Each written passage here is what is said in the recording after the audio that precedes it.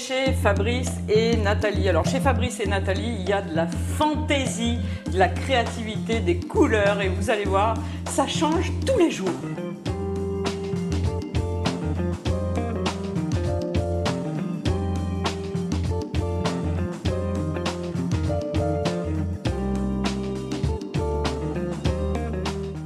Bon, ce qu'on peut dire, c'est que l'appartement n'était pas du tout comme ça.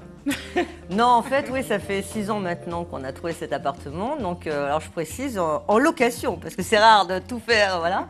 Donc, je suis tombée, ma propriétaire, en fait, ça faisait 18 ans que la personne avant n'avait rien fait. Donc, c'était gris, triste. Bah, là, la cour, donc le patio. Abandonné. Abandonné. Il y avait des lapins ou je sais pas quelle bestiole dedans. Tout était gris. Enfin, les gens s'en servaient pas.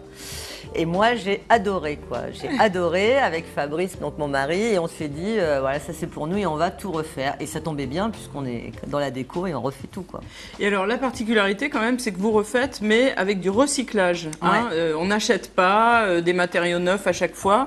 À la fois vous collectionnez et à la fois vous recyclez, vous trouvez des objets en brocante, dans la rue. Alors c'est quoi votre truc? Ouais, en fait mon truc, ouais, on a toujours fait ça en fait. Moi j'ai vraiment la passion de la double vie en fait de l'objet. Je dis pas que les objets sont habités, hein. Je vais pas passer pour une éliminée, mais surtout sous Shiva là, ou la chemise. Non, mais en fait moi ce qui m'intéresse, parce qu'en fait d'acheter, je trouve rarement ce que j'aime, rarement, c'est jamais forcément bonne proportion. Deuxièmement, c'est quand même souvent cher. Ce qui me plaît, c'est souvent très cher. Donc, je me suis dit qu'il valait mieux faire. Et puis bon, j'aime vraiment ça. Et bon, on peut pas tout récupérer. Bon, par exemple les mosaïques, etc. Mais par contre, on peut travailler sur du mobilier chiné. Alors c'est vrai que moi, je fais beaucoup les dépôts-ventes, mais dans ma rue, dans le quartier, il m'arrive aussi de trouver des trucs. Ouais. Et alors, des trucs que vous retapez, coupez, sciez. Là, j'ai l'atelier ici à Tenant, hein, donc ça c'est plutôt bien. Et effectivement, moi comme je travaille un peu tous les matériaux, au contraire, si je peux justement découper scier, ça m'intéresse. Ça m'intéresse plus que de passer un badigeon sur un meuble. Ouais. Et alors les couleurs? Les couleurs, en fait, oui, je pense que là, on s'en rend compte. Alors moi, je suis toujours habillée en noir. Je ne supporte pas la couleur sur moi, hein, donc ça, c'est sûr. Mais j'adore vivre dans un univers coloré. Alors pourquoi? Je ne sais pas. Je viens plutôt d'une famille avec des couleurs classiques, du bois, etc. Donc je fais une allergie au bois. C'est-à-dire que chez moi, il n'y a aucun bois qui reste, voilà. Donc ça passe par la couleur. Et puis je sais pas, c'est une façon de vivre. Bon, ça aurait pu être gênant pour ma famille, mais je crois que ouais, tout le monde se sent bien. Ils aiment bien, puis c'est vrai que c'est la joie, quoi.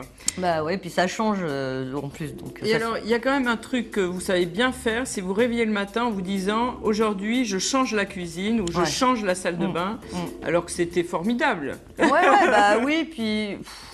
Oui, mais bon, comme j'ai beaucoup d'envie, hein, je fais pas que de la déco, je travaille aussi de façon plastique, donc c'est comme les artistes qui font une toile. Une fois qu'ils ont fini leur toile, c'est bien, mais enfin ils passent à autre chose. Et moi, comme c'est beaucoup dans la maison, mes murs me servent de toile en fait, ou les meubles, voilà. Alors c'est vrai que quand on refait des murs, on est obligé de refaire aussi les meubles, puisque ça va pas du tout être dans la même thématique. Et puis moi, j'aime bien voyager à travers des univers. Je suis phobique de l'avion, etc. Donc j'aime pas trop bouger. Donc il faut que je voyage chez moi. Alors vous aimez les couleurs, mais on peut même dire qu'à certains moments, vous avez inventé des tendances. Inventer, je sais pas, mais en tout cas, on a été assez précurseurs, mais des fois beaucoup trop en avance. C'est-à-dire que bon, il faut pas être dans la vie, il faut pas être trop en avance, parce que bon, après, voilà. Mais oui, on a créé un magazine, effectivement, il y a maintenant de déco, ouais, il y a 12 ans. Et puis après, donc tout ça pour enseigner en fait au grand public comment refaire de la déco facilement. Et après, ce qui a été intéressant, c'est que depuis 15 ans, on travaille sur le recyclage, etc. Mais moi, je ne savais pas que je faisais de l'environnemental et de l'écolo, etc. C'est mes amis qui m'ont dit, mais tu sais Nathalie, c'est du développement durable. C'est du développement durable. Bon, et alors, si vous deviez choisir entre tous vos métiers, est-ce que vous seriez plasticienne, photographe, décoratrice? Qu'est-ce qui prendrait le dessus, en fait? En fait, justement, je ne sais pas. Parce que dès que j'en fais un trop longtemps, ça m'ennuie, donc je passe à autre chose. Moi, j'ai besoin de bouger, et justement, je pense que mon intérieur, c'est comme ça, quoi. Il faut que ça bouge en permanence. Je m'ennuie assez vite. Il y a que ma famille, je m'ennuie pas de ma famille. C'est déjà bien. Ça marche.